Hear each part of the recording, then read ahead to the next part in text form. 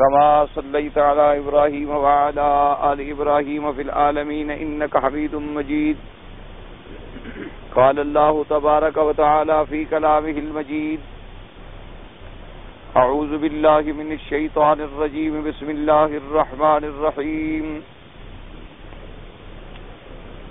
والسماء ذات الرجع والأرض ذات الصدع إنه لقول فصل وما هو بالهزل إنهم يكيدون كيدا وأكيد كيدا فمهل الكافرين أمهلهم رويدا. قال ابن عباس رضي الله تعالى عنه: الرجع والمطر، وعنه هو السحاب فيه المطر، وعنه والسماء ذات الرجع أي تمطر ثم تمطر. وقال قتادة: ترجع رزق العباد كل عام ولولا ذلك لهلكوا وهلكت مواشيهم. وقال ابن زيد: ترجع نجومها وشمسها وقمرها یأتین من ها ہنا. اللہ تبارک و تعالی نے قرآن مقدس کی ان آیات مبارکہ میں جو سورۃ الطارق کی آخری آیات ہیں، پھر دوبارہ قسم کھائی اور ارشاد فرمایا کہ والسماء ذات الرجع، مجھے قسم ہے آسمان کی جو پے در پے بارشیں کرتا ہے. ذات الرجع، الرجع کا اصل معنی تو ہوتا ہے نا رجع کا لوٹنا، پھر آنا، بار بار آنا. جیسے کہ مادہ ہے رجع کہ وہ واپس آ گیا، تو رجع کا معنی ہے بار بار کا لوٹنا. اب اس میں دو ترجمے کیے ہیں علماء کرام. ایک ترجمہ تو بعض علماء نے فرمایا کہ والسماء ذات الرجع، مجھے قسم ہے آسمان کی پھرنے والے کی. ایک ترجمہ تو علماء کرام نے یہ فرمایا، اور ایک ترجمہ یہ فرمایا کہ مجھے قسم ہے آسمان کی جو بارش پے در پے لاتا ہے. یہ دو قول ہیں. اب جہاں تک آسمان کے پھرنے کا یا گردش کا تعلق ہے تو یہ ضروری نہیں ہے کہ وہ آسمان کی ہی گردش ہو. آسمان میں تاروں کی جو گردش ہے تو گویا وہ بھی ذات الرجع ہے. تو اس لیے بعض ائمہ نے فرمایا کہ یرید نجومہا و قمرہا و شمسہا، کہ اس سے مراد یہ ہے کہ اللہ تبارک و تعالی نے جو اس میں سورج رکھا ہے، چاند رکھا ہے، تارے رکھے ہیں، اور پھر وہ کوئی ادھر سے آ رہا ہے، کوئی ادھر سے آ رہا ہے، کوئی ادھر سے آ رہا ہے. اور بعض نجوم کی حرکت جو ہے وہ مشرق سے مغرب کی طرف ہے، بعض کی مغرب سے مشرق کی طرف ہے، بعض کی شمال سے جنوب کی طرف ہے، بعض کی جنوب سے شمال کی طرف ہے. اور بعض نجوم کی حرکت جو ہے وہ حرکت قہقرہ ہے، حرکت منقوصہ، یعنی کیا معنی آگے جا کے پھر پیچھے آ گئے. جیسے اللہ نے فرمایا فلا اقسم بالخنس الجوار الکنس، یعنی ایسے سیارات جن کو کہتے ہیں سیارات متحیرہ، کہ جیسے کوئی حیران آدمی ہو نا، کبھی آگے جائے اور کبھی پیچھے جائے، تو ان سیارات کا نام بھی لغت میں متحیرہ بن گیا کہ بھی وہ آگے جا رہے ہیں اور پھر الٹے پاؤں پیچھے آ رہے ہیں. تو اس لیے ان کے اس دوران کو اور ہر پھر کے آنے کو، یا دن کو چھپ جانے کو، رات کو ظاہر ہونے کو، اس لیے فرمایا گیا والسماء ذات الرجع. باقی جو یہ علماء فلاسفہ اور سائنس والوں کی بحثیں ہیں، سب سے پہلی بات تو یہ ہے کہ ہم الحمدللہ ثم الحمدللہ ثم الحمدللہ اللہ کی توفیق سے جب مسلمان ہیں تو ہمارا ایمان جو ہے وہ اللہ اور اللہ کے رسول کی ذات مبارک پر ہے. اور یہ ہمارا ایمان ہے، ایقان ہے، یقین محکم ہے کہ جو اللہ کا فرمان ہے اور ہمارے آقا کا فرمان ہے وہ حق ہے. کیونکہ حضور پاک کا فرمان اللہ کے فرمان کے تابع ہے، اور اللہ کا فرمان ایسا ہے کہ لا یضل ربی ولا ینسا، جو خدا ہمارا نہ بہکتا ہے نہ بھولتا ہے، وہ بہکنے سے بھی پاک ہے اور بھولنے سے بھی پاک ہے. اور جب بھی ہمارے اللہ کا کوئی حکم ہوتا ہے وہ حق ہی حق ہوتا ہے، وہ عدل ہی عدل ہوتا ہے، وہ خیر ہی خیر ہوتا ہے. تو لہذا ہمارا ایمان یہ ہے کہ جب اللہ نے اور اللہ کے رسول پاک نے ہمیں ان چیزوں میں نہیں الجھایا تو بلا وجہ ان میں الجھنا جو ہے اس میں کوئی کامیابی اور کامیابی یا فلاح انسانیت نہیں ہوگی، بلکہ انجام کار انسانیت کی ہلاکت کا ذریعہ بن جائیں تو بن جائیں، لیکن انسانیت کو کوئی فائدہ نہیں پہنچے گا۔ اس لیے اس بحث میں پڑھنے کی ضرورت ہی نہیں ہے کہ چاند گردش کرتا ہے زمین، جب اللہ نے ان بحثوں کو نہیں چھیڑا بات ختم ہو گئی۔ باقی اگر فرض محال ان دو میں سے کس کی گردش ہے تو اللہ نے منع بھی نہیں فرمایا۔ قرآن پاک میں جہاں اللہ نے ہمیں یہ حکم نہیں فرمایا کہ یہ ضرور ہم ایمان لائیں، وہاں ہمیں کسی بات سے منع بھی نہیں فرمایا۔ تو اگر کوئی قول ہے بھی جدید تحقیق کا تو ہوتا رہے، اس کا بھی قرآن اور حدیث سے کوئی ٹکراؤ اور کوئی خلاف نہیں۔ اس لیے بہرحال اس سے زیادہ ان چیزوں میں الجھنے کی ضرورت نہیں۔ اللہ تبارک و تعالی نے آسمان بنائے، زمینیں بنائیں، اس پہ مخلوق کے فوائد اور منافع رکھے اور اپنی توحید کے لیے ادلہ واضحہ رکھے اور زینت السماء بنا دیا اور علامات بنا دیا اور ہدایت کا ذریعہ بنا دیا کہ اگر ہم بھٹک جائیں، بھول جائیں تو راستہ معلوم کر لیں، اور اگر ہمیں کعبۃ اللہ کی تلاش ہو، تحری ہو تو ہم قبلے کی سمت معلوم کر لیں۔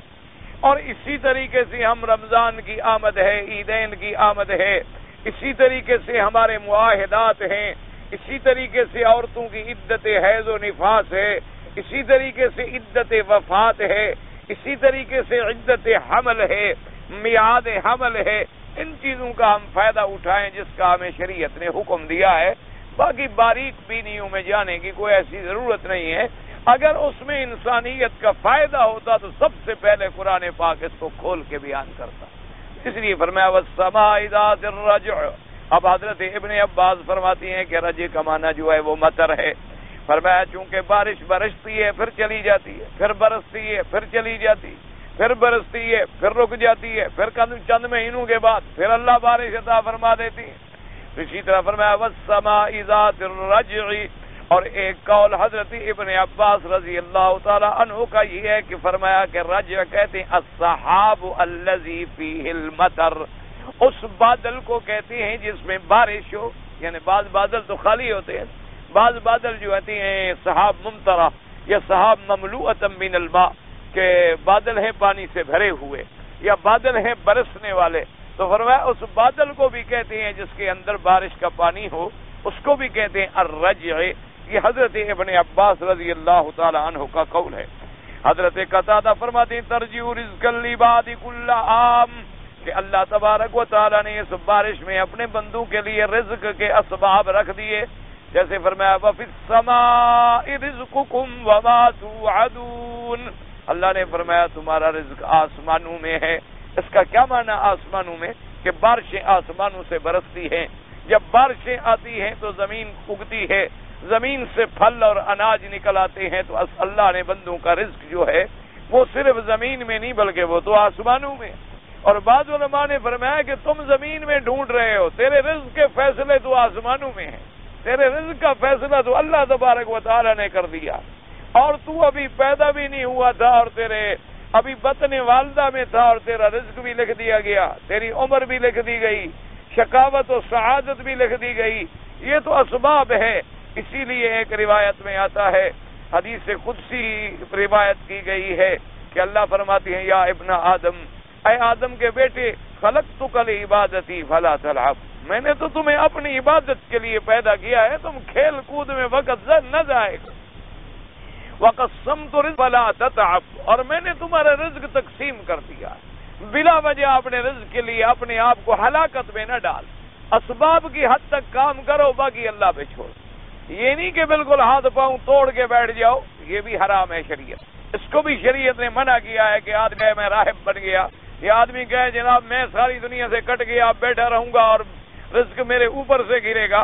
اگر ایسا ہوتا تو پھر انبیاء علیہم السلام محنت نہ کرتے۔ انبیاء علیہم السلام نے محنت کر کے ہمیں نمونہ دکھایا۔ اگر حضرت موسیٰ علیہ السلام کو شادی کرنے کے لیے 10 سال بکریاں چرانی پڑی تو ہم کہیں کہ مفت میں ہو جائے؟ یہ تو نہیں ہو سکتا ہے کہ جب انبیاء علیہم السلام نے اتنی محنت فرمائی۔ اب اندازہ کریں کہ حضرت موسیٰ علیہ السلام کا جو حق المہر طے ہوا اس میں 8 سال کی مزدوری ہے. 8 سال کی مزدوری آپ اندازہ فرمائیں کتنی بنتی ہے. اور پھر اس زمانے کو کرنسی کو سامنے رکھیں اور آج کی کرنسی کو سامنے رکھیں تو کیا بنے گا. اس لیے فرمایا. اور پھر موسیٰ علیہ السلام کے ساتھ معاہدہ 8 سال کا تھا، لیکن اللہ کے پیغمبر سے یہ کہہ دیا فَإِنْ أَتْمَمْتَ عَشَرًا فَمِنْ عِنْدِكَ کہ اگر تم 10 پورے کر دو تو یہ تمہاری مہربانی ہے. معاہدہ ہمارا آپ کا 8 سال ہے. 8 سال تو تم نے اس کے عوض میں کام کرنا ہے، لیکن اگر 8 کے بجائے تم 10 کر لو، 2 سال اور بڑھا دو تو یہ تمہاری مہربانی ہوگی.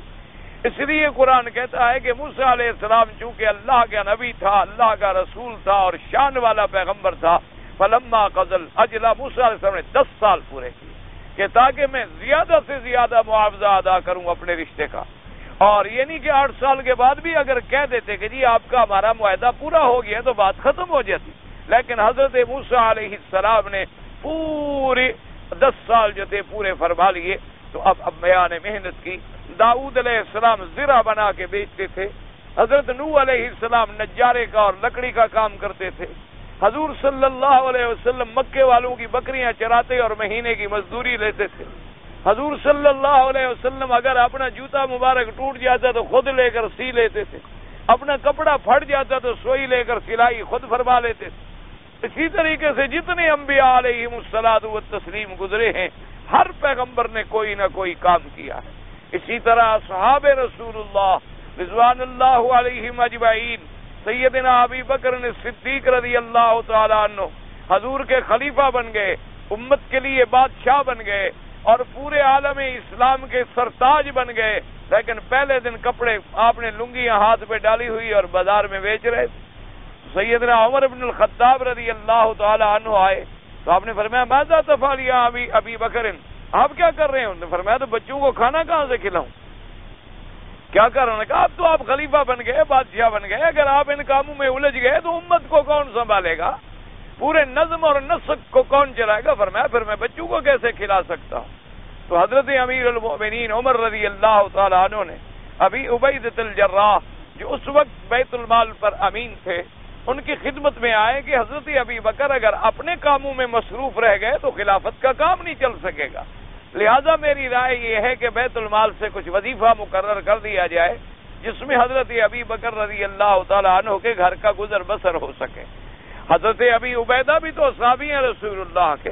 انہوں نے فرمایا میں اپنے حکم سے کیسے جاری کر سکتا ہوں، یا تو مجھے خلیفہ حکم جاری کرے یا اس کے بعد مجلس شورا بلائیں اور مجلس مشاورت فیصلہ کرے کہ ابو بکر رضی اللہ تعالیٰ عنہ کو کتنا خرچہ دینا چاہیے. میں تو بیت المال کا امین ہوں، جو حکم ملے گا تعمیل ہوگی، ورنہ جو آئے گا وہ جمع ہو جائے گا. اب حضرت عمر پریشان ہوئے، تمام صحابہ کو اکٹھا کیا، بڑے بڑے صحابہ کو کہ بھی فیصلہ کرو، اگر ہمارے خلیفے نے کام کیا تو پھر ہمارا کام کیسے کریں. تو لوگوں نے کہا کہ بات بڑی معقول ہے. کسی نے کہا اتنا طے کرو. حضرت صدیق نے فرمایا زیادہ بحث میں پڑنے کی ضرورت نہیں ہے، مجھے اور میرے بچوں کو جتنا روٹی جو ہے آرام سے ایک وقت کی روٹی چل جائے، بس اتنا آٹا چاہیے، اتنا یہ چاہیے، اس سے زیادہ مجھے نہیں چاہیے. تو اسی پہ فیصلہ ہو گیا. تو یہ کام کرنا جو ہے یہ سنت انبیاء ہے کہ آدمی تجارت کرے، آدمی مزدوری کرے. اور حتیٰ کے بعد روایات میں یہ بھی آیا، حضور نے فرمایا اگر کوئی غریب آدمی ہے تو وہ مرغیاں شرغیاں پالا کرے. آپ دیکھیں نا اب 1400 سال کے بعد آج کل کیسے فارم بن رہے ہیں، پولٹری فارم. یہ 1400 سال پہلے حضور نے مشورہ دیا. آپ نے فرمایا اگر کوئی غریب ہے تو مرغیوں کی تجارت کرے، اور فرمایا اگر کوئی درمیانہ تاجر ہے تو اس کو چاہیے کہ وہ بکریوں کی تجارت کرے. یعنی متوسط آدمی ہے، غریب آدمی ہے جو 2000-4000 سے بکریوں کا ہی کام کر سکتا ہے اور کیا کر سکتا ہے، کیونکہ فرمایا بکریاں بہت بڑھتی ہیں، اس میں بھی اللہ بہت برکتیں عطا فرماتے ہیں. اور اسی طرح حضور صلی اللہ علیہ وسلم نے فرمایا کہ اگر تم سمندروں سے پار یعنی کچھ مال منگوایا کرو تو اس میں اللہ زیادہ برکتیں دیں گے. یعنی امپورٹ ایکسپورٹ کے بارے میں بھی حضور نے 1400 سال پہلے ہمیں سبق دے. اس لیے فرمایا کہ اللہ نے جو فرمایا ہے کہ میں نے تمہارے لیے دریاؤں کو مسخر کر دیا ہے، میں نے تمہارے لیے کشتیوں کو مسخر کر دیا ہے کہ کشتیاں بھی تمہارے تابع ہیں اور سمندر بھی تمہارے تابع ہیں. تو اس میں اشارہ ہے اس طرف کہ اللہ تبارک و تعالیٰ اپنے بندوں کو ارزاق دینا چاہتے ہیں. اور اسی طرح حضور نے فرمایا کہ جس کو اللہ توفیق عطا فرمائے وہ زمین کا کام کرے. یعنی زمین میں زراعت کرے. حضور کو صرف یہ مکان بنانا پسند نہیں تھا. حضور صلی اللہ علیہ وسلم نے فرمایا کہ اپنے پیسے کو مٹی اور گارے میں نہ ضائع کیا کرو. کہ ایک آدمی کا 2 کمرے میں اگر گزارا ہو سکتا ہے تو پھر 20 کمرے بنانے کا کیا حل ہے؟ ایک آدمی کا اگر 4 کمروں میں گزارا ہو سکتا ہے تو پھر 40 کمرے بنانے کی کیا ضرورت؟ ایک آدمی کا اگر کچی اینٹوں کے مکان میں گزارا ہو سکتا ہے تو پھر لوہے اور سیمنٹ اور سریے اور پتہ نہیں سنگے مرمر لگانے کی کیا ضرورت؟ یہ بات حضور کو پسند نہیں تھی طبعاً. حتیٰ کہ آپ نے دیکھا ایک صحابی کا کبا بنا ہوا تھا، یعنی مکان گول قسم کا. اس عربی کہتے ہیں جو گول ہو اس کو کبا کہتے ہیں، گول رنگ کا جو ڈالا جائے. جیسے ہمارے یہاں مسجدوں کے اوپر بھی بنا دیتے ہیں، اور ویسے ہمارے ہاں تو ماشاءاللہ مسجدوں پر بھی بنتے ہیں اور قبروں پر بھی بنتے ہیں. یعنی اللہ کے گھر کے لیے بھی کبا ہے اور پیر کے گھر کے لیے بھی کبا ہے. فرق اتنا ہے کہ اللہ تبارک و تعالیٰ کا جلدی بنا لیتے ہیں، بزرگوں کا مرنے کے بعد بناتے ہیں. وہ زندگی میں نہیں بناتے. اتنی مہربانی کر دیتے ہیں. اللہ پاک انہیں بھی اور ہمیں بھی ہدایت عطا فرمائیں. اللہ تبارک و تعالیٰ انہیں بھی اور ہمیں بھی دین کی صحیح سمجھ عطا فرمائیں، تاکہ ہم دین کو صحیح معنوں میں سمجھیں اور دین کا فہم ہمیں اللہ کی طرف سے عطا ہو جائے کہ ایسی چیزوں سے اللہ کے ہاں عظمت نہیں ہوتی. اسی طرح جناب حضور پاک نے جب دیکھا فرمایا یہ کس کا کبا ہے؟ تو ایک آدمی نے کہا حضور فلاں صحابی کا یہ گھر ہے. انہوں نے فرمایا بہرحال اچھا نہیں کیا اس نے کہ اپنے پیسے کو اس میں لگا دیا. اگر ایک سادہ مکان میں گزر ہو سکتی ہے تو پھر اپنے پیسے کو ایسے قیمتی جگہوں میں ضائع کرنے کی کیا ضرورت ہے؟ وہ تو صحابہ رسول اللہ تھے. جب شام کو آئے تو کسی نے کہا کہ بھی آج حضور تمہارے گھر کے قریب گزرے تھے، تمہارا گھر حضور کو ناگوار گزرا ہے. اس نے جناب اسی وقت اب ساتھی بلائے اور توڑ چھوڑ کے سیدھا کر دیا، مٹی سے مٹا دیا. اس نے کہا جب میرے مدنی پاک کو ناگوار ہے تو مجھے کیا ضرورت؟ جب میرے آقا کو ایک چیز پسند نہیں ہے تو میں اس کو نہیں پسند کر سکتا. سرکار مدینہ صلی اللہ علیہ وعلا آلہ واصحابہ وسلم تسلیما کثیرا کثیرا. تو اسلام نے ہمیں حکم دیا ہے. یہ رہبانیت جو ہے یہ عیسائیت کی مرض ہے. اسلام رہبانیت کا قائل نہیں کہ ہاتھ پاؤں توڑ کے بیٹھ جاؤ جی میں بزرگ ہوں اور میں صوفی ہوں اور میں چلے کرتا ہوں، مجھے گھر بیٹھے روٹی پہنچاؤ. یہ سب چیزیں منع ہیں اسلام.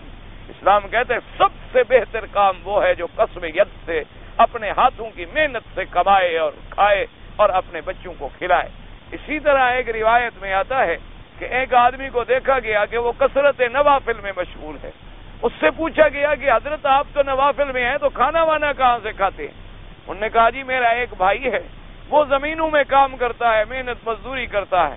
تو آپ نے فرمایا تم سے وہ زیادہ بہتر ہے. فرمایا تم سے وہ زیادہ بہتر ہے جو حلال کما کے خود بھی کھاتا ہے اور تجھے بھی کھلاتا ہے. تم صرف نفلیں پڑھنے کے لیے پیدا ہوئے، محنت کر کے تمہیں کھانے کا سبق کسی نے نہیں پڑھایا. اس لیے ہمیشہ یاد رکھیں اللہ توفیق دے تو ہر آدمی اپنی طاقت کے مطابق اسباب دنیا پر عمل کرے. یہ اسباب پر عمل کرنا بھی اللہ کی تقدیر پر عمل ہے، کیونکہ ان اسباب کو پیدا کس نے کیا؟ اللہ نے. تو جب اللہ کے پیدا کردہ چیزوں کو ہم استعمال میں لاتے ہیں تو یہ بھی تو اس کے حکم کی تعمیل ہے. اس باقی رہا یہ معاملہ کہ اپنے آپ کو ہلاکت میں بھی نہ ڈالے کہ بس ہر وقت ایک غم میں دولت ہی اور دولت اور پیسہ اور پیسہ اور پیسہ اور پیسہ. یہ ایسی بری چیز ہے جتنی اس کے پیچھے دوڑو گے آگے بھاگ جائے، جتنی اس کے قریب جاؤ گے یہ اور پریشان کر، اور جتنی اس سے دامن بچاؤ گے یہ پیچھے چلی آئے. دنیا اسی لیے میرے مدنی پاک کی دعا مبارک ہے، آپ کو بھی یاد ہو جائے تو یاد کر لیں. کتنی پیاری دعا ہے میرے آقا کی. آپ کا تو ہر کلمہ مبارک پیارا ہے، لیکن کیسی جامع دعا فرمائی. فرمایا اللہم لا تجعل مصیبتنا فی دیننا. فرمایا میرا اللہ ہمارے دین کے اندر کوئی مصیبت نہ ڈال کہ ہمارے عقیدے برباد ہو جائیں، ہم عبادت بھی کرتے رہیں اور خدا کے ہاں شرک ہو، ہم عبادت بھی کرتے رہیں اور اللہ کے ہاں بدعت شمار ہو. فرمایا ہمارے عقیدوں میں اور دین میں مصیبت نہ ڈال دینا اور ہمیں کسی فتنے میں مبتلا نہ کر دینا دین میں کہ ہم باطل کو حق سمجھ بیٹھیں اور حق کو باطل سمجھ رہے. فرمایا ولا تجعل الدنیا اکبر ہمنا. میرا اللہ اور دنیا کو ہمارا سب سے بڑا ہم نہ بنا دینا کہ ہمیں ہر وقت دنیا کا فکر پڑ رہے کہ یہ دنیا اور دولت اور دولت اور دولت. فرمایا ولا تجعل الدنیا اکبر ہمنا ولا مبلغ علمنا، کہ ہمارے علم کی انتہا یہی ہو جائے کہ فلاں آدمی جی بڑا قابل ہے. کیوں؟ کروڑوں روپے کما لی. فلاں آدمی جی بڑا قابل ہے. کیسے جی؟ جناب بھوکا تھا, کل کو بیچارہ کچھ بھی نہیں تھا, آج کروڑوں میں کھیلتا ہے. یعنی علم کی انتہا یہ ہو گئی کہ دولت کما لے. فرمایا ولا مبلغ علمنا, اور فرمایا ولا الی النار مسیرنا, اور اللہ ہمارا راستہ جہنم کی طرف نہ بنانا. وجعل الجنت ہی دارنا, اور میرا اللہ جنت کو ہی ہمارا گھر بنا دینا. تو 4 جملوں میں حضور پاک نے دین, دنیا, معاش, اقتصاد اور آخرت کی ساری نعمتیں مانگ لی اور سارے شرور سے پناہ مانگ لی. اس لیے فرماتی ہے کہ اللہ پاک نے اس آسمان سے پانی برسانے کو, ہر سال پانی برسات رزقاً للعباد, اپنے بندوں کے لیے رزق کا ذریعہ بنایا ہے. فرمایا اگر نہ برساتے ہلکوا وہلکت مواشیہم, اگر اللہ پانی کو بند کر دے تو بندے بھی ہلاک ہو جائیں اور جانور بھی ہلاک ہو جائیں, کیونکہ اللہ نے ہر چیز کی زندگی رکھی ہے پانی سے. جیسے فرمایا وجعلنا من الماء کل شیء حی, اللہ نے فرمایا ہم نے پانی سے ہر چیز کی زندگی رکھی ہے, چاہے نباتات ہیں, چاہے جمادات ہیں, چاہے حیوانات ہیں, چاہے حشرات ہیں, سب چیزوں کی زندگی کا دار و مدار جو ہے وہ پانی پر. خدا کی قدرت دیکھیں کہ بندے کا وجود بھی پانی سے ہے, اور بندے کی زندگی کا سب سے بڑا ذریعہ جو ہے وہ بھی پانی اللہ نے بنایا, کہ پانی کے بغیر کوئی انسان, کوئی جاندار, کوئی جینے والی چیز جو ہے زندہ نہیں رہ سکتی.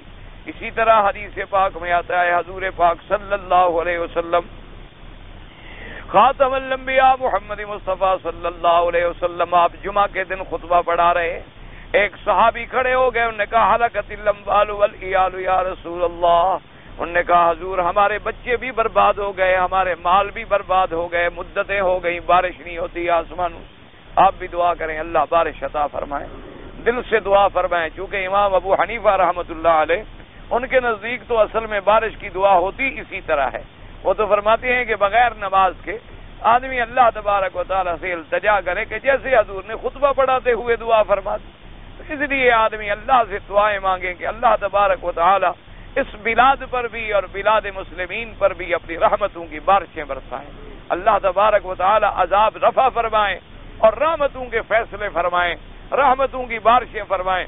صحابی نے کہا یا رسول اللہ ہلاکت العیال والاموال, کہ ہمارے مال بھی برباد ہو گئے. اگر مال مر گئے تو بچے بیچارے, ان کا گزر بھی تو کسی کا دودھ پہ ہے, کسی کا چیز پہ ہے, کسی کا معیشت پہ ہے. اگر مال کام کرے گا تو باغوں کو بھی پانی پلائیں گے, مال کام نہیں کرے گا تو باغ بھی اجڑ جائیں گے, زراعت بھی اجڑ جائے گی. تو حضور صلی اللہ علیہ وسلم نے, حدیث میں آتا ہے, آپ نے ہاتھوں کو اٹھایا آسمان کی طرف, اور صحابہ کہتی ہیں واللہ ما رأینا فی السماء سحابۃ, کہتے ہیں خدا کی قسم ہے ہم نے آسمان میں کوئی بادل نہیں دیکھا, کوئی بادل کا ٹکڑا بھی موجود نہیں تھا. بس حضور پاک نے ہاتھ اٹھائے اور دعا شروع کی. صحابہ کہتے ہیں ابھی دعا مانگ رہے تھے کہ پانی کے قطرے گرنے شروع ہو گئے. فرماتے ہیں کہ حضور صلی اللہ علیہ وسلم کی داڑھی مبارک پر بارش کے قطرات آنے لگ گئے. اور صحابہ کہتے ہیں کہ جب ہم نکلے نماز پڑھ کے تو اتنا گھٹنوں پانی ہو چکا تھا مدینے میں, اتنی زبردست بارش ہوئی ماشاءاللہ. لیکن یاد رکھو عقیدہ کہ حضور پاک نے مانگا کس سے؟ اللہ سے. بس یہی ایک سمجھنے والی بات ہوتی, اسی میں لوگ سمجھ لیتے ہیں دیکھو جی حضور نے دعا مانگی تو بارش زیادہ حضور کے ہاتھ میں ہے نا, ہاتھ میں ہو تو پھر مانگنے کی ضرورت تو نہیں ہوتی, پھر تو حکم دینے کی ضرورت ہوتی ہے. جو چیز آپ کے ہاتھ میں ہو, آپ کے ملک میں ہو, وہ حکم ہوتا ہے. اور دعا کا معنی ہے سوال, اللہ سے مانگنا. تو انبیاء بھی اللہ سے مانگتے ہیں. اب اللہ چاہتے ہیں تو اسی وقت عطا فرما دیتے ہیں, اور اللہ چاہے تو نبی مانگتے رہیں مانگتے رہیں مانگتے رہیں, 80 سال گزر جائے اور ایوب کی دعا منظور ہو, اس کی مرضی ہے. ورنہ ایوب بھی تو اللہ کے نبی, اللہ کے پیغمبر ہیں, شان والا پیغمبر ہے. اللہ جس کے بارے میں اللہ نے فرمایا انا وجدناہ صابرا نعم العبد, فرمایا میرا بہترین بندہ جس کو ہم نے بڑا صبر والا پایا ہے.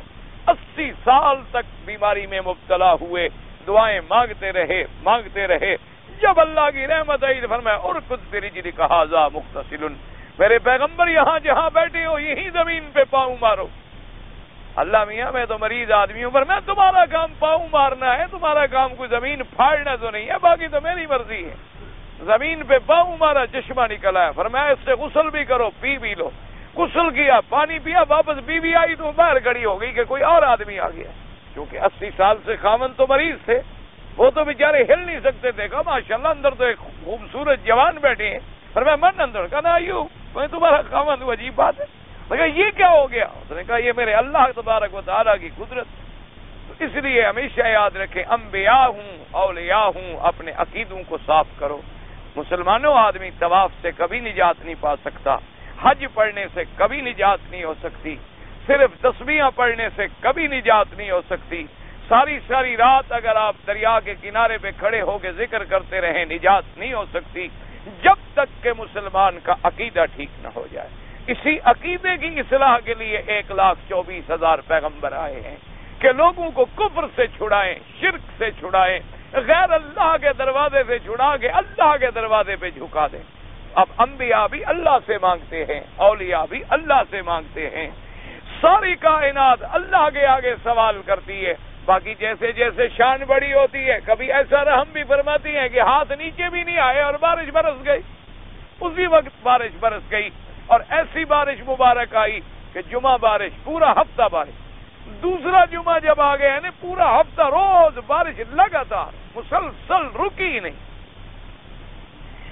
مسلسل بارش ہو رہی ہے. تو اتنا جناب بارش آئی، اتنی بارش آئی کہ دوسرے جمعہ پہ پھر حضور تشریف لے آئے تو معلوم ہوا کہ پھر وہی صحابی ہے یا اور صحابی ہے. حدیثوں میں یہ پابندی نہیں آ سکی. تو کھڑا ہوا، اس نے کہا حضور اب تو بچے بھی تنگ آ گئے اور مال بھی ہلاک ہو رہے. حضور نے فرمایا کیوں؟ نے کہا حضور نہ تو جانور باہر جا سکتا ہے، کہاں چرے، وہ تو ہر وقت بارش ہو رہی ہے، اور بچے گھر سے باہر نہیں نکل سکتے، غریبوں کے گھر ہیں وہ تو گر رہے ہیں. ہم تو اتنا پانی آ گیا، اتنی بارش آ گئی ہے، پھر ہلاک ہو رہے ہیں. صحابہ کہتے ہیں حضور پاک نے اپنی انگلی مبارک کو ہلایا اور اللہ سے دعا کی اور فرمایا میرا اللہ ہوائیں چلا دے اور بادلوں کو ہٹا دے، بادلوں کو ہٹا دے، مدینے سے دور کہیں برسا دے وادیوں میں. تو صحابہ کہتے ہیں الحمدللہ ایسے معلوم ہوتا تھا کہ بادل چھٹ گئے اور ایسے معلوم ہوا سب صاف ہو گئے اور مدینہ شریف کے اوپر صرف ایک ٹکڑی سی نظر آ رہی ہے، صاف چمکتا ہوا آسمان. ایسے معلوم ہو رہا تھا خوبصورت کہ نماز پڑھ کے نکلے تو دھوپ پھیل گئی اور ہوائیں چل گئیں اور بارش کا رخ اللہ نے پھیر دیا. اور وہاں بھی حضور نے اللہ سے دعا کی کہ یا اللہ اب ہمارے ارد گرد بارش کو برسائیں، مدینے والے بہت سیراب ہو چکے ہیں. تو اس لیے ہمیشہ یاد رکھیں کہ اسی لیے حضرت قتادہ نے بھی فرمایا کہ اگر اللہ ہر سال بارشیں عطا نہ فرمائے تو لوگ تو ہلاک ہو جائیں اور ان کے جانور جو ہیں وہ بھی ہلاک ہو جائیں. جیسے آج کل بارشوں کی بڑی قحط ہے، اسی لیے سوموار کے دن نماز استسقاء بارش کے لیے پڑھی گئی تمام ملک میں الحمدللہ. اسی سے آپ اندازہ لگائیں کہ جہاں اسلام کا عقیدہ ہے وہاں تکلیف آتی ہے تو نماز پڑھتے ہیں اور اللہ کے آگے بھاگتے ہیں، اور جہاں اسلام کے عقیدے نہیں ہوتے تکلیف آتی ہے تو کبھی آدمی غیروں کے پاس، کبھی قبروں کے پاس، کبھی درختوں کے پاس، کبھی جناب نجومیوں کے پاس اور کبھی کاہنوں کے پاس، کبھی فال دکھانے والوں کے پاس. یہی فرق ہے اسلام کا اور غیر اسلام، کیونکہ اللہ نے قرآن میں فرما دیا وَاسْتَعِینُوا بِالصَّبْرِ وَالصَّلَاةِ، اگر مصیبت آئے صبر پکڑو اور نماز سے مدد پکڑو. اس لیے نماز کی طرف یہ دوڑیں گے. سورج پکڑا جائے نماز کی طرف دوڑیں گے، چاند پکڑا جائے نماز کی طرف دوڑیں گے کہ شاید اللہ کا عذاب ہو تو ہم اللہ کے ذکر میں تو ہوں، نماز میں تو آئے تاکہ ہمارا خاتمہ تو ایمان پہ ہو جائے. اس لیے ہمیشہ یہ اسلام والوں کی اب علامت. اور یہ بارشیں بند کیوں ہو جاتی ہیں؟ یاد رکھو جب زنا عام ہو جائے، جب سود عام ہو جائے، جب عریانی اور فحاشی اور بے حیائی عام ہو جائے، جب لڑکوں سے بدفعلی عام ہو جائے، جب لوگوں میں امانت اٹھ جائے، جب لوگوں میں حیا اٹھ جائے، اللہ بارشوں کو روک دیتے. اور پھر نازل کیسے ہوتی ہے؟ یاد رکھیں حضور نے فرمایا ما نزل بلاء الا بذنب وما رفعت الا بتوبہ.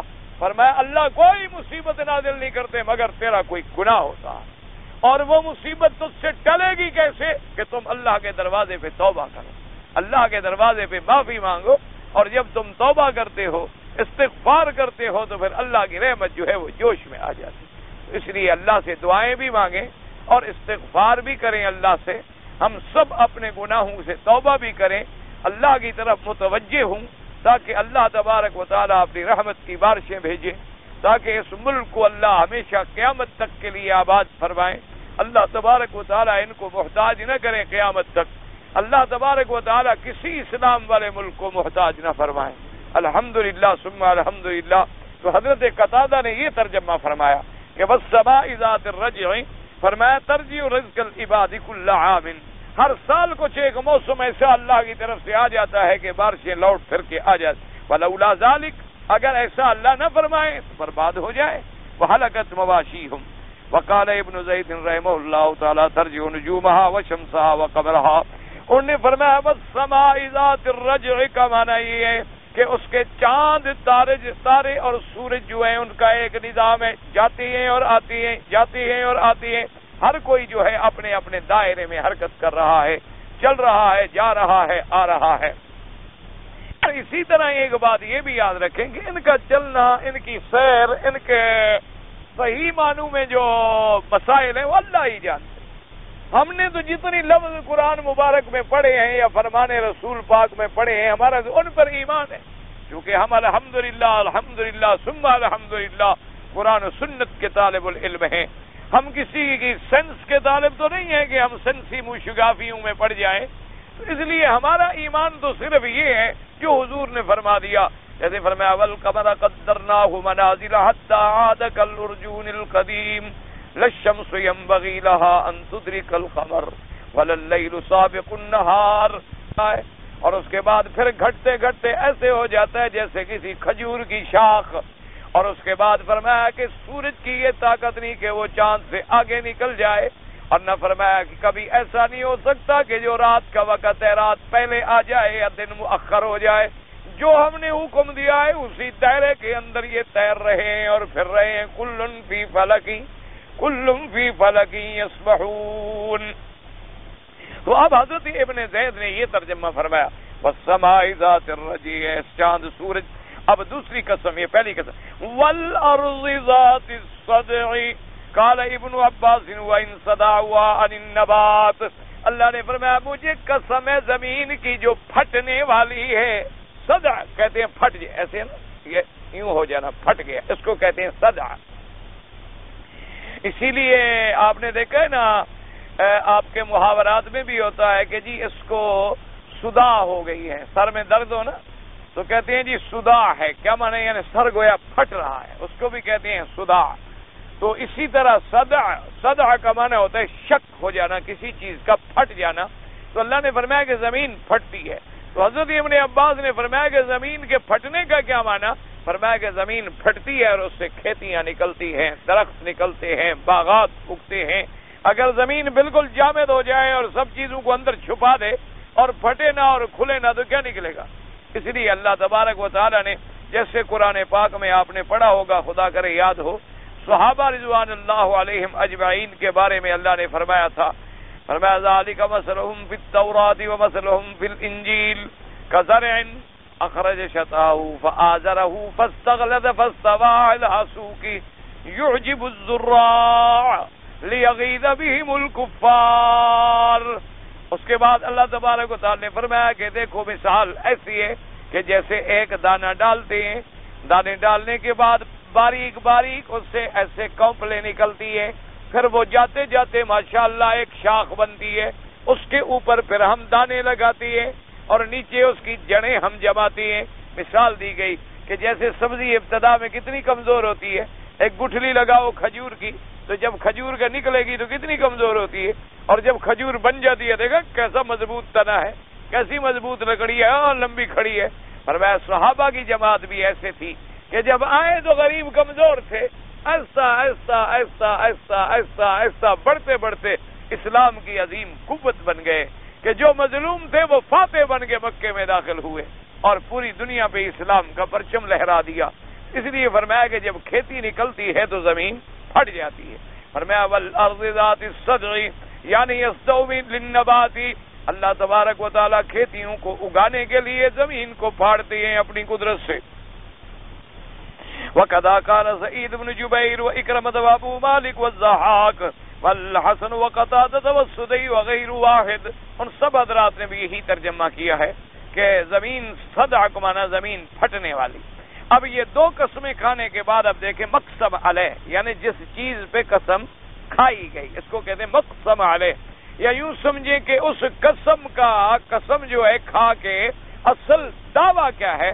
فرمایا انہ لقول فصل، انہ لقول فصل، فصل معنی حق، قال ابن عباس حق وکذا قال قتادہ وقال آخر حکم عدل وما هو بالحزل ای بل هو جد حق۔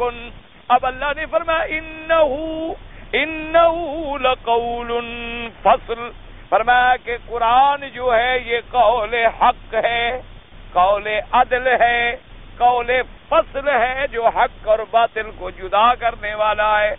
اس لیے اللہ تبارک و تعالی نے اپنا کلام مبارک عطا فرمایا حضور پاک صلی اللہ علیہ وسلم کو، اور یاد رکھیں جتنی انبیاء پہ کتابیں اتری ہیں ان پر ہمارا ایمان ہے کہ وہ تمام کتب منزلہ من السماء جو ہیں وہ برحق ہیں، لیکن ان کی حفاظت کا میرے اللہ نے وعدہ نہیں فرمایا۔ ایک بات یاد رکھیں، یعنی تورات موسیٰ علیہ السلام کو دی گئی لیکن تورات کو محفوظ رکھنے کا اللہ نے وعدہ نہیں فرمایا۔ انجیل عیسیٰ علیہ السلام کو دی گئی لیکن انجیل کو محفوظ رکھنے کا اللہ نے وعدہ نہیں فرمایا۔ اسی طرح صحائف ابراہیم علیہ السلام، صحائف موسیٰ، زبور ہے اور کتابیں ہیں، جتنی بھی کتابیں اللہ نے بھیجی ہیں کسی کے محفوظ رکھنے کا وعدہ نہیں۔ بعض علماء نے ایک بڑا عجیب اور پیارا نقطہ لکھا ہے، اللہ علماء پہ کروڑوں رحمتیں نازل فرمائے۔ انہوں نے لکھا کہ یاد رکھو کہ پہلی جتنی کتابیں تھیں وہ بھی اللہ کی اتاری ہوئی، اللہ کی کتاب اور اللہ کا کلام، اس میں کوئی شبہ نہیں، لیکن انہوں نے کہا کہ جو صحیح معنی میں کلام اللہ بھی ہو اور کتاب اللہ بھی ہو وہ صرف قرآن ہے۔ ان کتابوں کو ہم کتاب اللہ تو کہیں گے کہ اللہ کی کتابیں، اس کی مثال سمجھیں، ایک خط لکھا جاتا ہے تو اس میں ہے تو وہی بات جو آپ کہنا چاہتے تھے آپ نے لکھ دی، لیکن کلام کہتی ہیں جب متکلم کلام کرے اور بولے۔ یہ شرف صرف قرآن میں ملا ہے کہ اللہ نے جبریل کو پڑھایا اور جبریل نے محمد مصطفیٰ کو پڑھایا۔ اللہ تبارک و تعالیٰ کا کلام بھی ہے اور پھر کتاب بھی ہے۔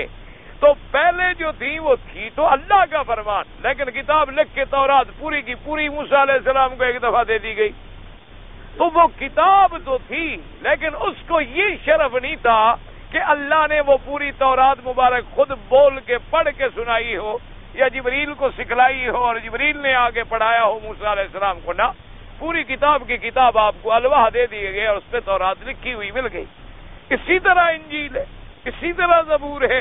تو یہ چونکہ شرف اس کتاب کو ملا ہے کہ ذالک الکتاب لا ریب فیہ، اور اسی کے بارے میں یہ آیا کہ میرا مدنی لا تحرک بہ لسانک لتعجل بہ ان علینا جمعہ وقرآنہ فاذا قرأناہ، جب ہم پڑھیں، حالانکہ اللہ تو نہیں پڑھے ہوتے اس وقت، اللہ نے تو جبریل کو پڑھایا تھا، اب جبریل چونکہ اللہ کی طرف سے پڑھ رہے ہیں تو گویا اللہ نے پڑھا، اس لیے فرمایا فاذا قرأناہ فاتبع قرآنہ، کہ جب ہم قرآن پڑھیں تو آپ خاموشی سے اس کی اتباع کریں، سنتے رہیں، آپ کا پڑھانا بھی ہمارے ذمے، آپ کو قرآن کا سمجھانا بھی ہمارے ذمے، آپ کے سینے میں قرآن کو محفوظ کرنا بھی ہمارے ذمے۔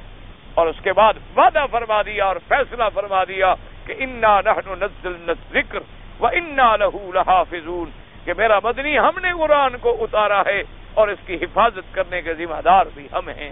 تو اس لیے اب قرآن جو ہے یہ واحد اللہ کا کلام ہے، اللہ کا کلام ہے جو آج بھی محفوظ ہے، کل بھی محفوظ تھا اور قیامت تک بھی محفوظ رہے گا۔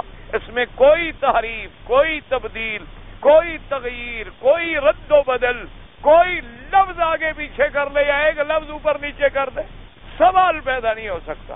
اللہ تبارک و تعالی نے ایسا حفاظت کا انتظام کر دیا ہے، اور یہی عقیدہ اہل سنت والجماعت ہے۔ یاد رکھیں کہ اللہ نے جیسے قرآن لوح محفوظ سے اتارا اور جبریل میرے مدنی پاک کے سینے پہ آ کے پڑھا کے جما گیا، وہی قرآن بعین ہی، وہی کلام اللہ جو ہے محفوظ ہے، اور مکمل ہے اور کامل ہے، اس میں کوئی تبدیلی نہیں ہے، مگر شیعہ لوگ جو ہیں ان کا قرآن پہ ایمان نہیں۔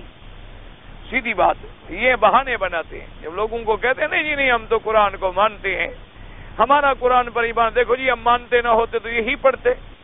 اچھا دنیا کی کتنی کتابیں ہیں جن کو ہم نہیں مانتے، ہم پڑھتے رہتے؟ یہ تو نہیں کہ پڑھنا دلیل ہو جائے ماننے کی۔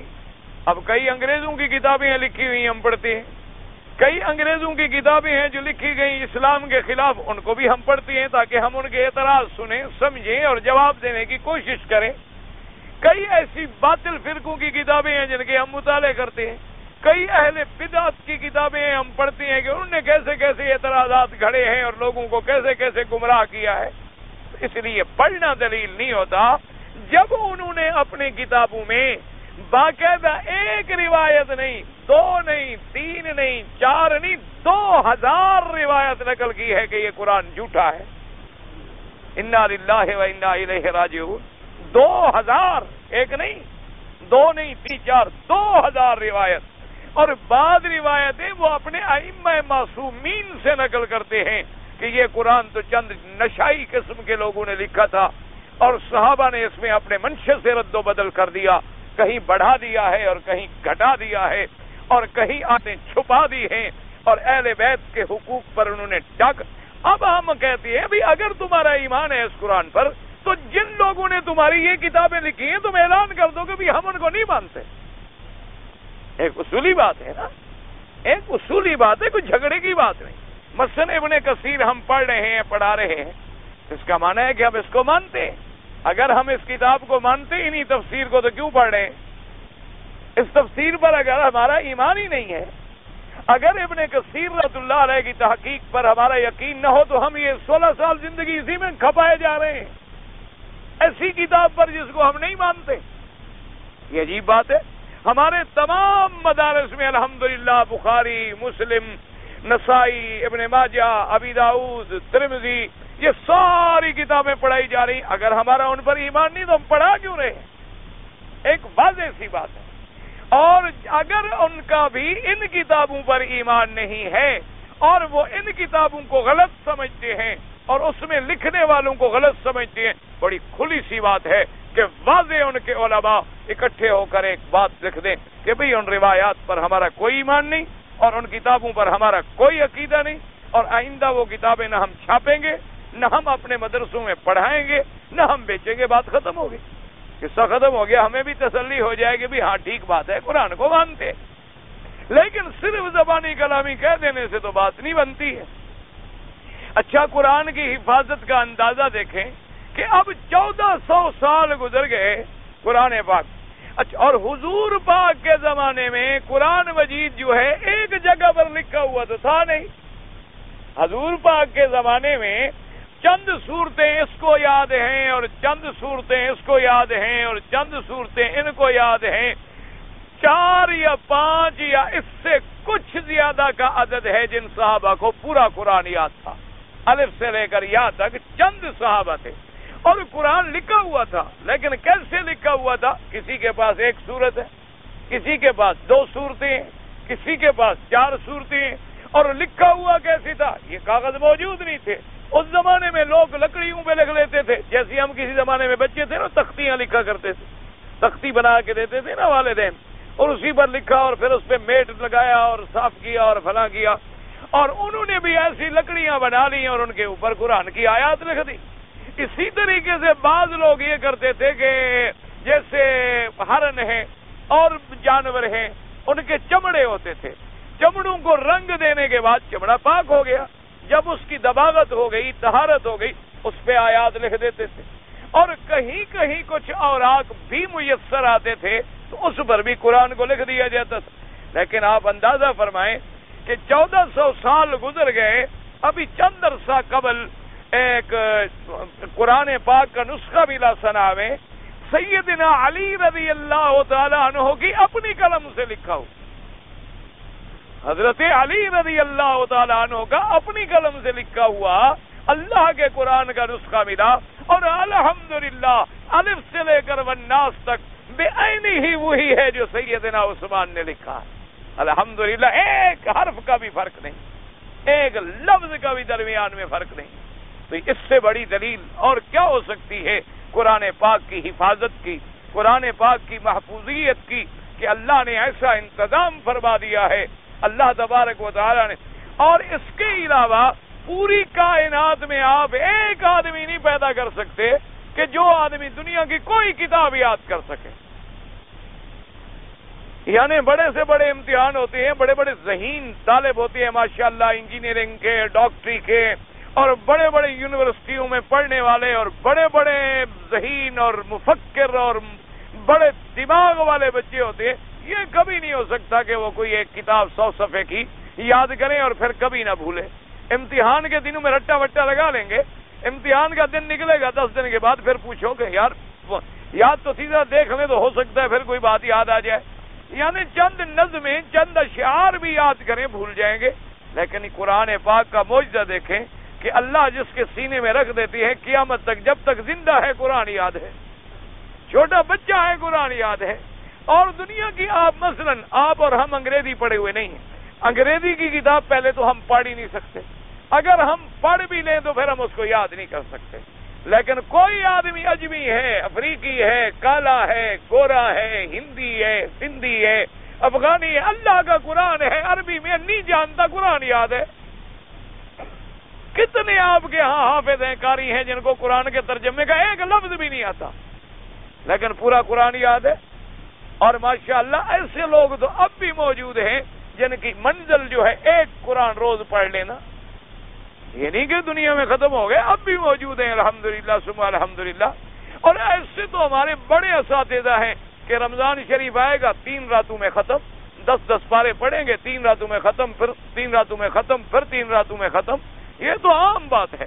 اور ایسے تو الحمدللہ بچیاں موجود ہیں الحمدللہ، وہ لڑکے نہیں لڑکیاں، کہ جن کو قرآن پاک حفظ ہے اور روزانہ 10 پارے قرآن کی منزل ہے. یہ اللہ کے قرآن کا معجزہ ہے. اور فرمایا قرآن ایسا قول ہے، اور 1400 سال گزر گئے آج تک قرآن کے کسی حکم کو کوئی جھٹلا سکا. ایک ہے بھی میں نہ مانوں. ایک مثال مشہور ہے نا ہمارے علاقے میں، کہنے لگا ایک آدمی تھا جٹ، وہ ایک آدمی کو کہنے لگا جی میں ملتان گیا تو سب ملتان والوں کو جھوٹا کر کے آ گیا. انہوں نے کہا یار ملتان اتنا بڑا شہر ہے، سارے لوگوں کو تم جھوٹا کر آئے ہوئے کیسے؟ اس نے کہا بات کسی کی نہیں مانتا، جو کہتے تھے میں کہتا تھا جھوٹ ہے. جب میں کسی کی بات نہیں مانتا تھا تو کیا گویا میرے لیے سارا شہر جھوٹا ہو گیا. ایک تو ہے نا کہ آدمی کہے کہ میں نہیں مانتا قرآن پر، میرا ایمان ہی نہیں، تو اس کا تو کوئی علاج نہیں. ایک ہے کہ سکون قلب سے، عقل سلیم سے ایک اللہ کے قرآن کا حکم لے آؤ کہ اللہ نے فرمایا تھا مثلا کہ خنزیر حرام ہے کہ نہیں جناب خنزیر میں بڑا فائدہ ہے. ایک حکم ثابت کر. اللہ نے فرمایا شراب حرام ہے اور تم کہو کہ نہیں جی شراب میں تو بڑا فائدہ ہے. جن لوگوں نے شراب کو حلال سمجھا اب وہ بھی ہاتھ باندھ رہے ہیں خدا کے لیے عذاب سے ہمیں بچاؤ. جن لوگوں نے خنزیر کو بکریوں کی طرح کھایا ہے اب وہ بھی یہ بات مان رہے ہیں کہ اس کا گوشت جو ہے اور اس کا شام جو ہے سب سے زیادہ نقصان دینے والی ہے اور کینسر کے پیدا کرنے کا ذریعہ. اب وہ جو ان کو حلال سمجھتے، اور یہ باتیں اسلام نے ہمیں پہلے فرما دی. اسی طریقے سے اسلام نے فرمایا کتا حرام ہے، اسی لیے اسلام نے فرمایا کہ مثلا پانی حلال ہے، اسی لیے اسلام نے فرمایا پیشاب حرام ہے. جس کو حرام کیا ہے 1400 سال گزر گئے، آج آپ مجھے ثابت کر دیں اس میں فائدہ ہے قرآن کے خلاف. اچھا قرآن نے حکم دیا نکاح ہے، طلاق ہے، اسی کے مطابق چلو کوئی جھگڑا نہیں. جہاں نکاح طلاق کا قانون نہیں وہاں جا کے دیکھو ہر سال لاکھوں کے حساب سے حرامی بچے پیدا ہوتے ہیں جن کے باپ کا پتہ کوئی نہیں. یعنی اتنے بڑے ایڈوانس ملک ہیں لیکن پاسپورٹ میں باپ کے نام نہیں لکھتے، ماں کا نام لکھتے ہیں، باپ کا تو پتہ ہی نہیں ہے. کہاں سے باپ لے آئے؟ ان کے پاس باپ والا کھانا ہی نہیں ہے. تو جب باپ کا پتہ نہیں ہوگا تو باپ والی اور بیٹے والا رشتہ بھی پیدا ہوگا، وہ ہمدردی بھی پیدا ہوگی، وہ الفتیں بھی پیدا ہوں گی، وہ احسان بھی پیدا ہوگا اور آگے باپ کی نسل بھی چلے گی. اس لیے ہمیشہ یاد رکھیں انہ لقول فصل. اور اللہ نے فرمایا میرا بدنی وما ہوا بالہزل، یہ ایسا نہیں کہ ہم نے کوئی کھیل اتارا ہے. حضرت اکرمہ جب قرآن پڑھتے ایسے قرآن کھولتے اور بسم اللہ الرحمن الرحیم والسماء والطارق وما ادراک ما الطارق النجم الثاقب، اور روتے روتے بے ہوش. فرماتے میں اللہ سے کلام کر رہا ہوں نا، قرآن تو اللہ کا کلام ہے نا، جب میں پڑھ رہا ہوں تو گویا میں اللہ سے کلام کر ہاذا کلام ربی، اور بے ہوش ہو گیا۔ حضرت عمر رضی اللہ تعالیٰ عنہ کئی دفعہ ایسا ہوا کہ کوئی آیت قرآن کی پڑھی اور اللہ کے خوف سے بیمار ہو، کئی دن لوگ آتے عیادت کرتے رہتے اور حضرت چلنے کے قابل نہ رہتے، اللہ کے قرآن کی آیات کا یہ اثر ہوتا۔ اس لیے فرمایا وما هو بالهزل، یعنی بلکہ حق جد ثم اخبران الکافرین بانہم یکذبون به ویصدون عن سبیلہ۔ اللہ نے فرمایا یہ کافر جو ہیں اللہ کے قرآن کی تکذیب کرتی ہیں اور اللہ کے قرآن سے روکتی ہیں۔ فرمایا میرا مدنی آپ غم نہ کریں، انہم یکیدون کیدا، وہ اپنے داؤ پیچ اور مکر میں ہے، اور میری تدبیر ہے، اللہ کا مقابلہ کون کرے؟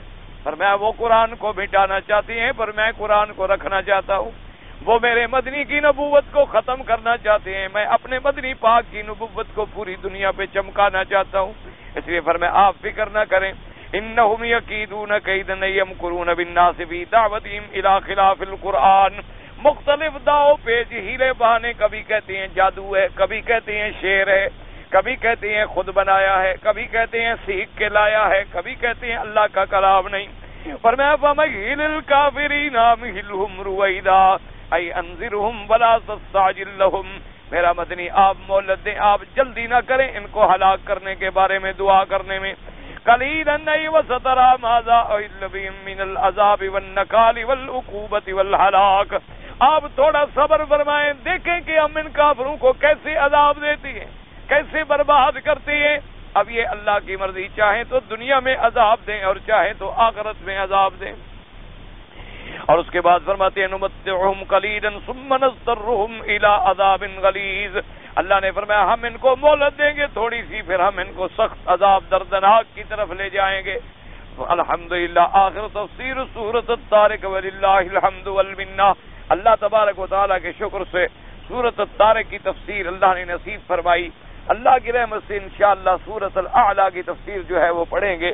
اللہ تبارک و تعالیٰ جب تک زندگی ہے یہی دعا کیا کریں کہ ہر وقت دن ہو رات ہو زبان پہ اللہ کا قرآن ہو، اور موت کا وقت آئے تب بھی اللہ کا کلام زبان پر ہو اور خاتمہ ایمان پہ ہو جائے۔ میں نے شادی میں مہر نقد ادا نہیں کیا، اب ادا کرنا چاہتا ہوں۔ بھائی تو اب میں نے عرض کر دیا تھا کہ نقد ادا نہیں کیا تو اصولی طور پر بہتر یہ ہے کہ جس وقت تم نے نکاح کیا تھا اس وقت جو پیسے مثلا 1000 آپ نے مقرر کیا تھا، اصولاً تو یہ ہے کہ 1000 دے دو، لیکن بیوی کو اس میں نقصان ہوتا ہے نا کہ آج 1000 کی تو قیمت ہی نہیں رہی، اس لیے باقی کچھ اپنی طرف سے بطور عطیہ زیادہ دے دو تاکہ اس کو نقصان نہ ہو۔ اور آئندہ جب بھی کوئی حق المہر مقرر کی جائے تو سونے اور چاندی میں کی جائے، اور حق المہر میں یہ بھی ضروری نہیں ہوتا کہ تھوڑی ہو، جتنے پر اتفاق ہو جائے، چونکہ یہ ایک معاہدہ ہے ایک مرد اور عورت کے درمیان۔ کیوں کوئی عورت اپنے آپ کو ہدیہ تو نہیں پیش کر رہی اور نہ آپ زبردستی چھین رہے ہیں۔ اللہ نے ایک نکاح نامہ کیا بنا، ایک عقد ہے، عقد بنا معاہدہ، عہد ہے۔ تو جب آپ ایک عہد کریں گے تو اس کے عوض میں ضرور کوئی نہ کوئی چیز ہوگی، اس لیے۔ اور دوسرا وہ خالص عورت کا حق ہے، نہ اس کے باپ کا ہے، نہ بھائیوں کا ہے، نہ بہنوں کا ہے، تو یہ خالص آپ نے ادا نہیں کیا، فوراً ادا کر دیں، کیونکہ بعض علماء کے نزدیک اگر حق المہر ادا نہ کی جائے تو کہتے ہیں شرعاً مرد کو بیوی کے قریب جانے کا بھی حق نہیں ہے جب تک کہ حق المہر ادا نہ کرے۔ ہمارے ہاں تو حق المہر ایک مذاق ہے، ایک رسم ہے، لکھ دیا جاتا ہے جی لکھ دو جی 2 مربع زمین، اور دینے والے کے باپ کی بھی 2 مربع نہیں ہوتی، ایسے لکھ دیں گے 2 مربع زمین۔ پھر جب مقدمے ہوتے ہیں، جھگڑے ہوتے ہیں، کہتے ہیں جی حضرت وہ تو آپ نے ناک رکھنے کے لیے دیا تھا، اب تو سب کے ناک کٹ گئے نا، اس وقت تو تم نے ناک رکھا، اب تو تم نے سب کے ناک کٹا دیے کہ عدالتوں میں آ گئے بیوی بچوں کے جھگڑے، اس سے پھر باقی کیا رہ گیا؟ اس لیے جن لوگوں نے حق المہر ادا نہیں کی وہ فوراً ادا کر۔ اور اگر کوئی غریب آدمی ہے حق المہر ابھی تک ادا نہیں کر سکا تو دوسرا طریقہ یہ ہے کہ وہ بیوی سے معافی مانگ لے کہ وہ اس کو معاف کر دے، وہ اس کا حق ہے، لیکن معاف زبردستی نہیں، اس کو قائل کرے کہ تمہارے سامنے میرا حال ہے، میں غریب ہوں، ادا کرنے کے قابل نہیں ہوں، تو ذرا میرا تعلق جو ہے وہ تو شرعاً حرام نہ ہو، اس لیے بہتر ہے کہ تم مجھے معاف کر دو، اور اگر اللہ نے مجھے غنا بخشا، اللہ نے مجھے امیر کر دیا تو پھر میں بھی تمہارے گھر ہی میں لاؤں گا ہر چیز، اور کہاں لے جاؤں گا۔ اس لیے بہرحال اس میں غفلت نہ کریں، حق المہر کا معاملہ بڑا سخت ہے، لوگوں نے اس کو مذاق رکھا ہوا ہے. سود کے پیسے سے جانوروں بکری گائے کو رہنے کے لیے روم کمرہ یعنی اچھا کچھ اردو لکھتے ہو یار, کچھ انگریزی لکھتے ہو, کسی ایک کی لغت کی ٹانگ توڑی کرو نا آپ. تو اگر کمرہ لکھ دیتے آپ تو کوئی بات نہیں تھی. روم جو ہے پھر میں روم سمجھوں کہ روم اب جانوروں کے لیے بھی روم شروع ہو گئے. تو پہلے ہم سمجھتے تھے کہ یہ روم تمہارے قروم کے لیے ہیں یا انسانوں کے لیے ہیں, اب تم نے روم جو ہے فار اینیمل بنا دیے ہیں. تو یہ ایسی بات ہے.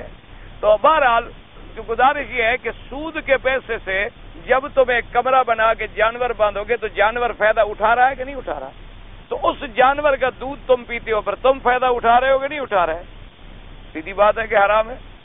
سیدھی بات ہے. جب سود کا استعمال کرنا تیرے لیے حرام ہے تو جانور کس کا ہے؟ وہ بھی تو تیرا ہے. تو جانور کے نفع کے لیے جب استعمال کر رہے ہو تو وہ بھی حرام ہے. اسی لیے اسلام نے کہا کہ اگر آپ نے کسی کو قرضہ دیا ہے تو اس کے بعد وہ راستے میں ملتا ہے, تمہیں کہتا ہے جی حضرت ٹھہر جاؤ میری گاڑی میں چلے جاؤ, تو فقہا نے لکھا ہے کہ پہلے بھی کبھی تمہیں گاڑی میں لے جاتا تھا یا قرضے کے بعد لے جا رہا ہے؟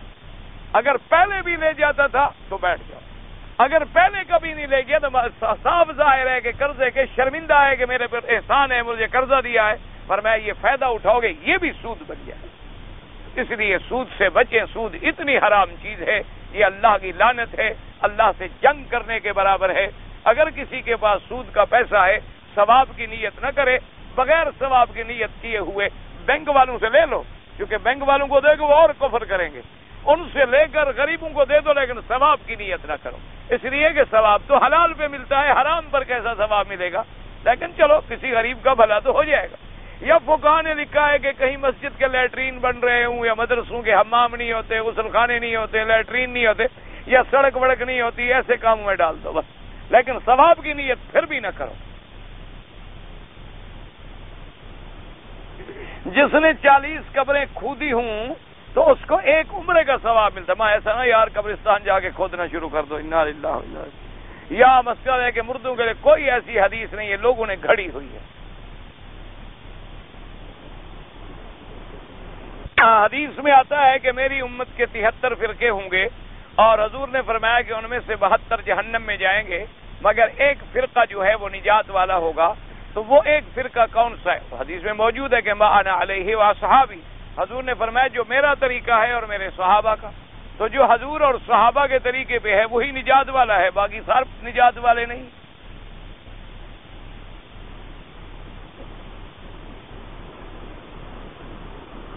اگر ایک آدمی کو پتا ہے کہ یہ رقم جو ہے اس نے چرائی ہے, وہ لے آیا کہ میری رقم امانت رکھ لو, لیکن اس کو پتا ہے کہ یہ ہے چوری کی رقم, تو امانت رکھ سکتے نہیں, آپ تو چوری میں مدد کر رہے ہیں. اسلام نے فرمایا کہ تعاونوا فی البر والتقوی ولا تعاونوا فی الاثم والعدوان. نیکی کے کام میں مدد کرو, برائی کے کام میں تو مدد نہ کرو. جب آپ کو پتا ہے کہ یہ چوری کی رقم ہے, اس کو محفوظ رکھ رہے ہو, لے رہے ہو, حفاظت کر رہے ہو, تو اس کا مطلب ہے تم چوری میں حصے دار ہو.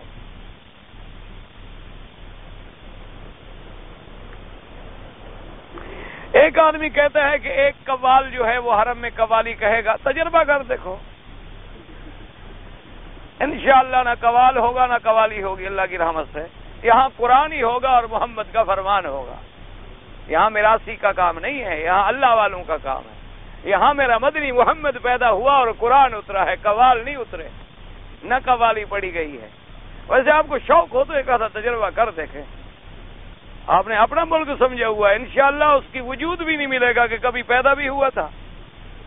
یہاں اللہ نے توحید والوں کو رکھا ہے اپنے گھر کی حفاظت کے لیے, اور دعا کریں اللہ قیامت تک انہیں قائم رکھے کہ پوری دنیا میں شرک مٹا ڈالا ہے, پوری دنیا میں سنت کی بہاریں اجاگر کر دی ہیں. اللہ تبارک و تعالی ان کو اور زیادہ سے زیادہ طاقت قوت دے. بچیوں کو قرآن حفظ کرائیں, بالکل کرائیں. بچیاں بڑی بڑی صحابہ کی بچیوں نے قرآن حفظ, ہاں بہت سی صحابی رضوان, باقاعدہ کتابیں چھپی ہوئی ہیں کہ جن میں ان کا ذکر ہے. کتاب ملتی ہے باقاعدہ کہ صحابہ میں کون کون عالم اور حافظ قرآن ملی, اور تابعین میں کون کون سی بیویاں گزری ہیں. وہ کتاب لے لیں, ان میں بڑی تفصیل ہے. علیہ السلام کو ایک بوڑھی بھول گئی تھی. انشاءاللہ جب قیامت میں ملیں گے تو پوچھ لینا کہ کیوں بھول گئی. ایسے لوگوں نے پتہ نہیں کہاں کہاں سے قصے بنا رکھے ہیں. قیامت کے دن پکارا جائے گا تو ماں کی طرف سے پکارا کہ صرف عیسیٰ علیہ السلام کو ماں کی طرف پکارا جائے, باقی سب کو باپ کی طرف پکارا جائے. تمہیں اپنے باپ کو کوئی شک ہے, ڈر ہے؟ بس سب کو باپ کی طرف سے پکاریں گے اللہ کے بندے. قرآن مجید کا اردو ترجمہ جو ہے حضرت شاہ عبد القادر رحمۃ اللہ علیہ کا ترجمہ بہت اعلیٰ ہے لیکن مشکل ہے. حضرت شیخ الہند رحمۃ اللہ علیہ کا ترجمہ بہت اعلیٰ ہے. اسی طریقے سے تفسیروں میں معارف القرآن ماشاءاللہ بہت اعلیٰ جو میں نے دیکھے ہیں, اور بھی ترجمے بہت اعلیٰ ہوں گے جو میں نے نہ دیکھے ہوں.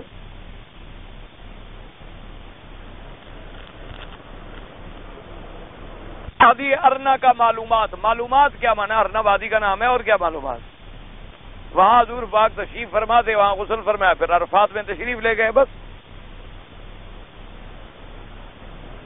جو آدمی جمعہ کا روزہ رکھے, صرف جمعہ کا روزہ رکھنا جو ہے ٹھیک نہیں. اس لیے ہمیشہ جو ہے یا تو ملا کے رکھا جائے, 2 روزے رکھے جائیں, تاکہ بدعت نہ بن جائے کہ صرف ایک دن کی یہ تکریم کرتا ہے اور باقی دن اللہ کے نہیں سمجھتا. امام صاحب نے کہا ہے کہ بھی میرا جو قول قرآن و سنت کے مطابق ہو تو اختیار کرو. ہاں, امام ابو حنیفہ کا فرمان ہے کہ جو میرا قول قرآن و سنت کے مطابق ہو اس پہ عمل کرو, اور قرآن و سنت کے خلاف ہو تو چھوڑ دو. تو آپ کوئی قول ڈھونڈ کے لے آئیں گے وہ قرآن و سنت کے خلاف ہے, کوئی قول ڈھونڈے تو صحیح نا. پہلے قول لے آئیں کہ دیکھو جی یہ قول ہے امام صاحب کا اور یہ حدیث ہے اس کے خلاف. عقیقہ زندگی میں کبھی کر سکتے ہیں, کیوں کر سکتے ہیں؟ 7ویں دن تک سنت ہے, بعد میں ختم کیا نہیں کیا. ہم مدینے پاک گئے, واپس آئے, عمرہ نہیں کیا, دم دینا ہوگا, بالکل انشاءاللہ دینا ہوگا. اگر میری منگنی ہو تو شادی سے پہلے میں بیوی کو مل سکتا ہوں, یعنی دیکھ سکتے ہو. مل کا معنی یہ نہیں کہ نعوذ باللہ جب تک نکاح نہ ہو تو بیوی حلال نہیں ہوتی. ایک دفعہ نظر ڈال سکتے ہو, دیکھ سکتے ہو, تاکہ نکاح سے پہلے آدمی ذہنی طور پر مطمئن ہو جائے, بعد میں نہ دکھ کرتا رہے. ایک نظر بیوی کو بھی ڈالنے کا حق ہے, ایک نظر نکاح کرنے والے کو بھی ڈالنے کا حق, لیکن والدین کی موجودگی میں, ان کی موجودگی میں ایک نظر جو ہے ڈال لیں, تاکہ بعد کے اندر ندامت نہ ہو. حمام میں وضو کر سکتے ہیں, حمام میں غسل کر سکتے ہو, خدا کے بندے وضو کیوں نہیں کر سکتے ہو؟ عجیب بات ہے, سمجھ نہیں آتی. بھی کامن سینس ہے بھئی. تمہاری بڑی ناپاکی جو ہے وہ تو دور ہو رہی ہے, وضو والی نہیں ہو رہی. قرآن کے وقت تسبیح کے لے کر دوسروں کے ساتھ شور کرنا, بہرحال جو بھی قرآن کے اندر شور مچائے وہ منع ہے, چاہے تسبیح لے کر مچائے چاہے بغیر تسبیح کے مچائے. قرآن کے لیے حکم ہے کہ جب پڑھا جائے غور سے سنو. یہاں ہمارے علاقے سے جو عورتیں آتی ہیں برقع نہیں ہوتا, تو اس لیے کہ وہ پھر لوگوں کو پتہ لگتا ہے اور پورے ملک کی بے عزتی ہوتی. اللہ ہدایت.